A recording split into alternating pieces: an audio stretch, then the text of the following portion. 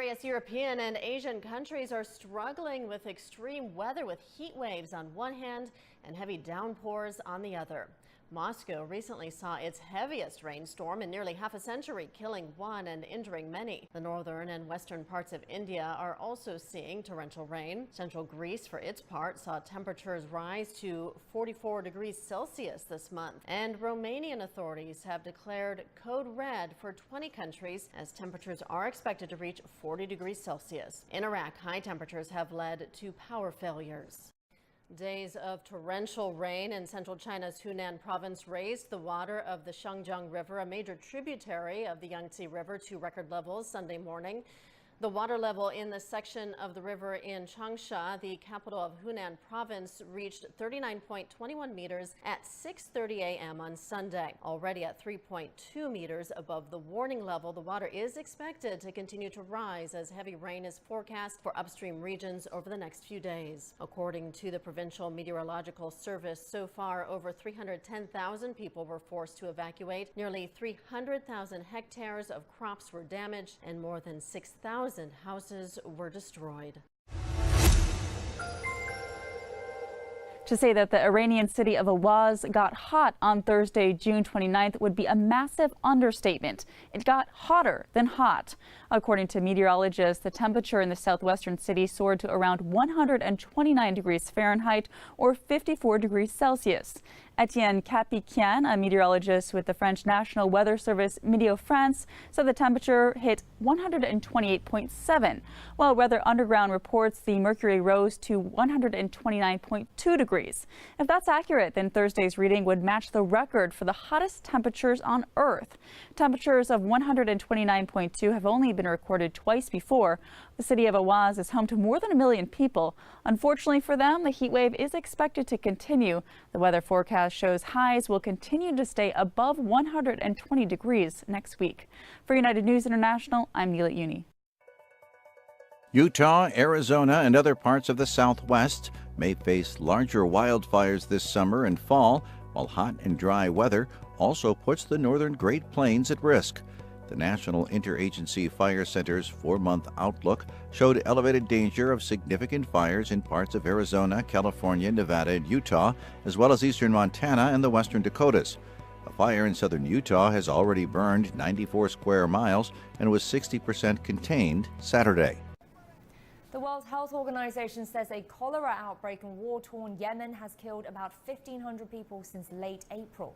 At a press conference in the capital city, Sana'a, officials said there may be nearly 250,000 cases and only 2 of the country's provinces are free of the epidemic. Meanwhile, officials from the United Nations Children's Fund said 1 in 4 of the dead are children and warned that the number of cases had increased on average by about 5,000 per day since the end of April. War, famine, and a lack of proper medical facilities have added to the crisis.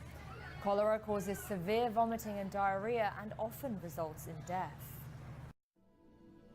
Thousands of Singaporeans on Saturday rallied for LGBT rights at the annual Pink Dot celebration, despite a new government policy banning foreigners from participating. The ban was announced after last year's Pink Dot event in an effort to stop foreign entities from interfering in domestic issues.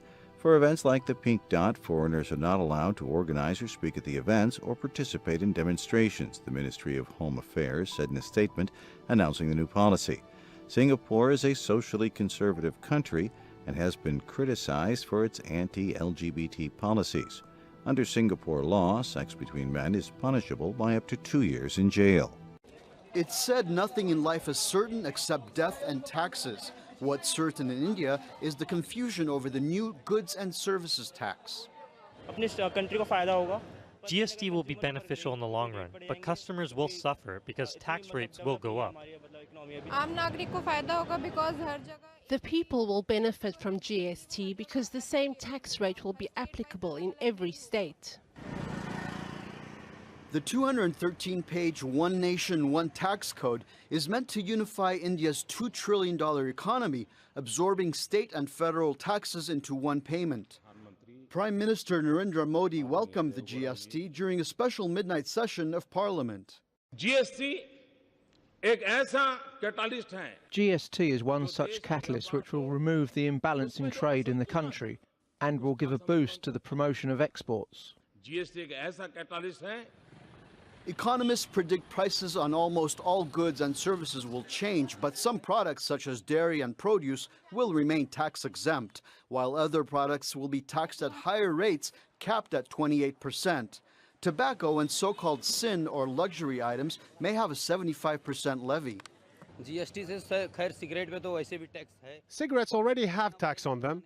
I am not really sure if GST will affect my business. I don't think I will run at a loss. I am a common man. I think I will benefit from GST. It is good that GST is being implemented, but why have they not included petrol in this? Petrol has 34% VAT on it and a 23% service tax. The total is almost 57% tax. Most businesses are bracing for what some are calling a bureaucratic firestorm. Critics say higher taxes on raw materials will make domestic goods more expensive than imports, while some analysts say the GST will make investments in India more lucrative. The biggest hurdle for most businesses is having to file taxes monthly online. Yes, in all the confusion, some people will be facing problems. They are the traders. They now have to always provide a proper invoice on every transaction they make. The government hopes the new tax scheme will increase economic growth for the world's sixth largest economy by up to 2%. However, strikes, protests, and the impending avalanche of paperwork is expected to make the biggest tax reform in India's history a problematic process. Paul Chadurjian, Al Jazeera. In China, a Grade 2 response was launched on Friday to tackle the severe flood situation on the Yangtze River. The Office of Yangtze River Flood Control and Drought Relief Headquarters said water levels of Dongting Lake and Poyang Lake in central China surpassed the warning line. Meanwhile, several tributaries of Yangtze River still face a high risk of floods.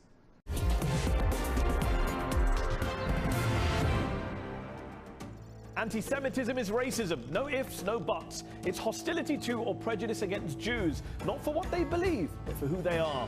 Sadly, anti-Semitism is on the rise on both sides of the Atlantic. In the US, Donald Trump's election victory was followed by a wave of neo-Nazi graffiti and vandalism, while across Europe, parts of the pro-Palestinian left has been accused of turning a blind eye to anti-Semitic hate. Now, there are plenty of people today who have suggested that anti-Zionism, the opposition to a Jewish majority state in Palestine, is a form of anti-Semitism, prejudice against all Jews. But here's the thing, while some anti-Zionists do cross the line into anti-Semitism, most anti-Zionists, including Jewish anti-Zionists, make clear their criticism is of Israel, not of Jews. They try and separate Jews, who are not a monolith, from Israel's misdeeds. Yet Israel's own Prime Minister often does the opposite. After the attack on the Jewish supermarket in Paris in 2015, Benjamin Netanyahu suggested French Jews know deep in their hearts that they have only one country, the State of Israel, that Israel is their true home. He did it again after the attack on a Danish synagogue the following month. The thing is, for most Danish Jews and for most French Jews, Denmark and France are their true homes. It's fueling anti-Semitism. It's racist to say they're not, to suggest they have some sort of greater or higher loyalty to a foreign state. Denmark's chief rabbi said he was disappointed by Netanyahu's remarks. But Bibi isn't the first Israeli leader to conflate his nation-state with all Jews everywhere. In 2006, Ehud Olmert claimed his country's assault on Lebanon was a war fought by all the Jews. In 2004, Ariel Sharon was accused by French Jews of pouring oil on the fire of anti-Semitism by insisting they must move to Israel. Look, anti-Semitism is very real and needs to be condemned. Let's denounce those who blame all Jews for the actions of Israel. Let's push back against those who conflate Jews with Israel, or Judaism, the religion, the ethnicity, with Zionism, the political ideology. But when it comes to who's doing that conflating, maybe let's not forget to include as well some of the irresponsible and yet cynical leaders of the State of Israel.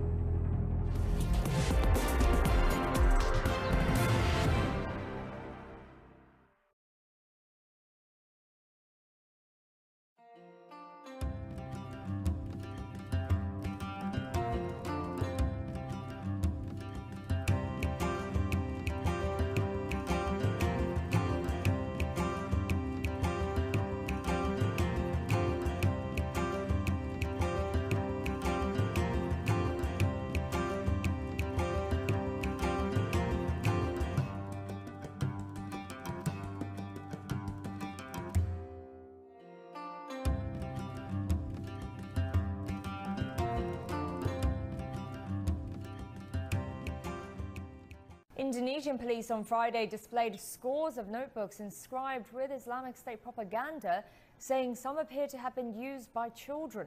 The notebooks were seized during a raid on the home of a suspected militant. Police found hundreds of books containing extremist propaganda. They say at the top of every page read the inscription, "You are all obliged to go to war." Biandagara Bakina, his family and neighbors have been living in this room for 3 months at a camp for displaced people in the east of Democratic Republic of Congo.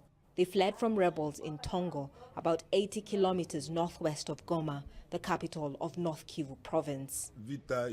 They would come and burn our houses, hack people to death. Different groups would often fight each other for territory. I didn't want my family to die there. So we just left with nothing but the clothes we were wearing.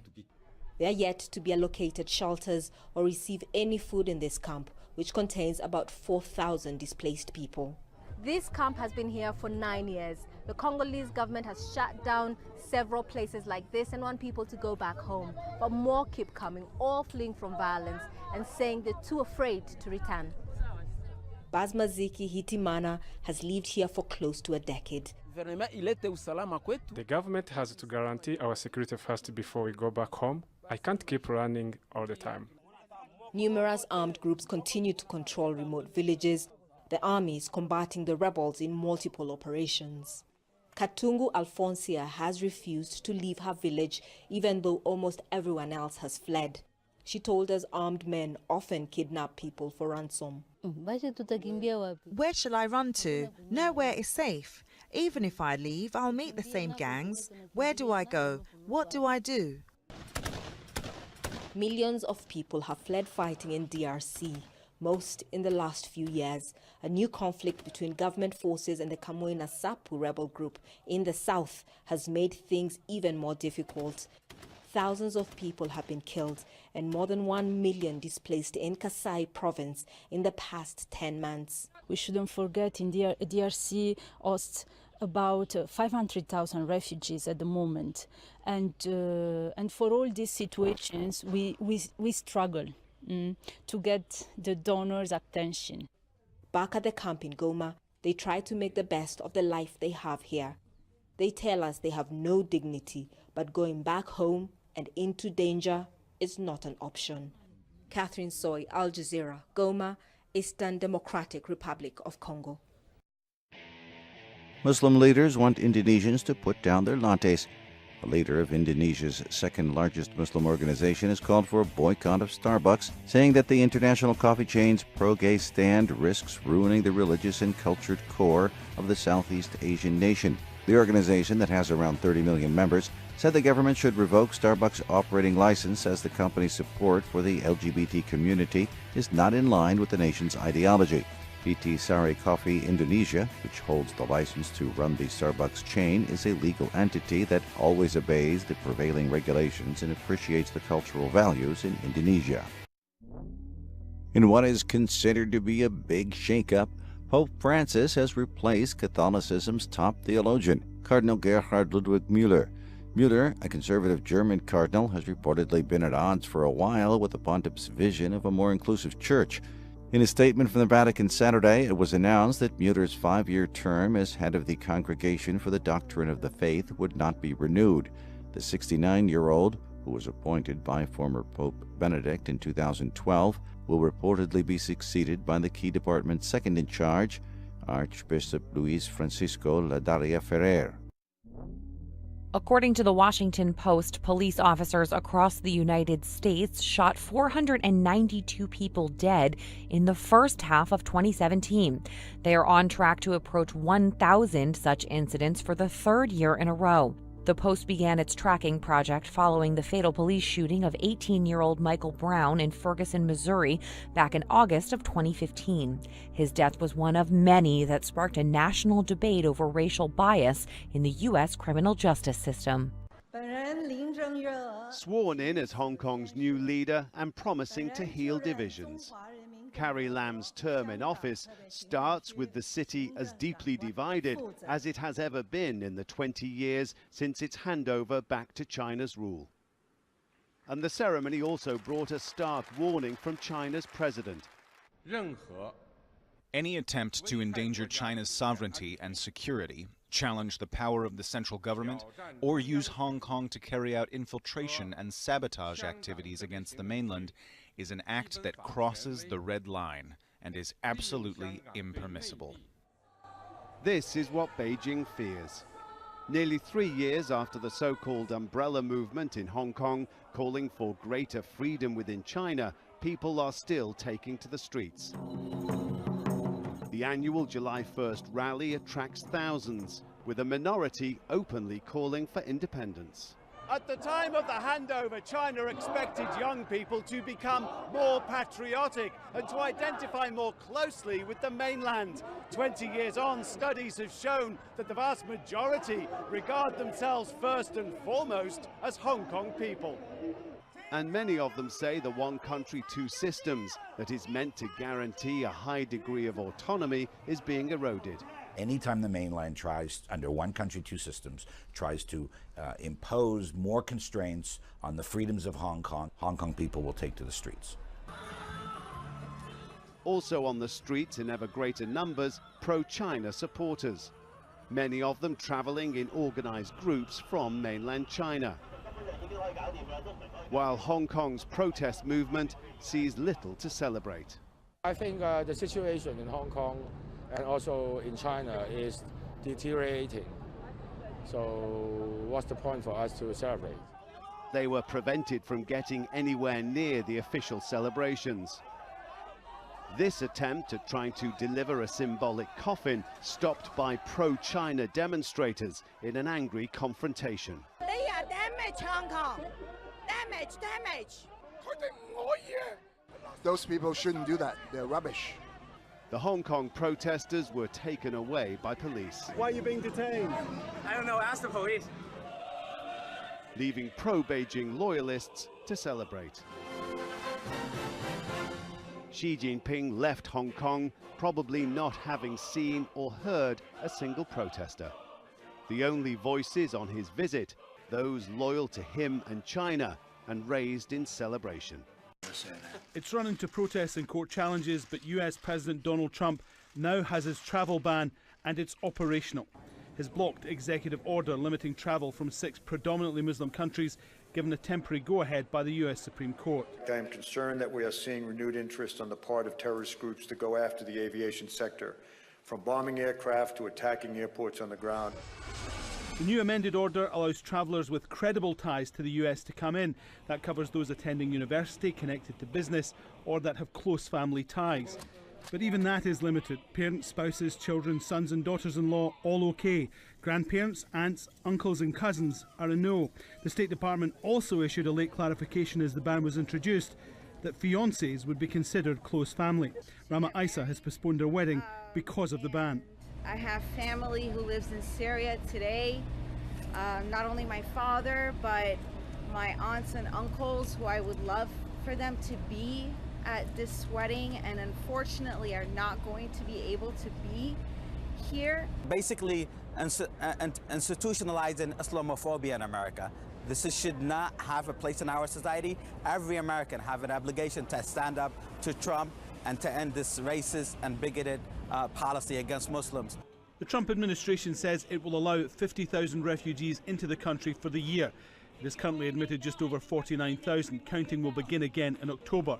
Abroad, many organizations have criticized that limit. The United States is a country that was founded over 240 years ago as a country of immigrants. Many of them at the time were fleeing religious persecution. So I find it odd that we're now proposing these policies that somehow limit the entry of refugees. No hate, no fear. Refugees are welcome here. The US government isn't expecting a repeat of the airport chaos seen back in January when the first ban went into effect. The Supreme Court will hold a full hearing in October, the final decision on whether the travel ban stays or goes. Police in Little Rock, Arkansas say 25 people were shot inside a nightclub early Saturday, but all have survived, according to the AP. Details on what happened aren't clear, but police say the shooting appears to have been set off by a dispute inside the Power Lounge at about 2:30 a.m.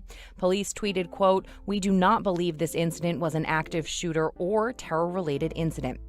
More than 24 shots were fired in 11 seconds. In addition to the 25 people shot, 3 people suffered other injuries. One person initially listed in critical condition has been upgraded to stable, according to ABC News.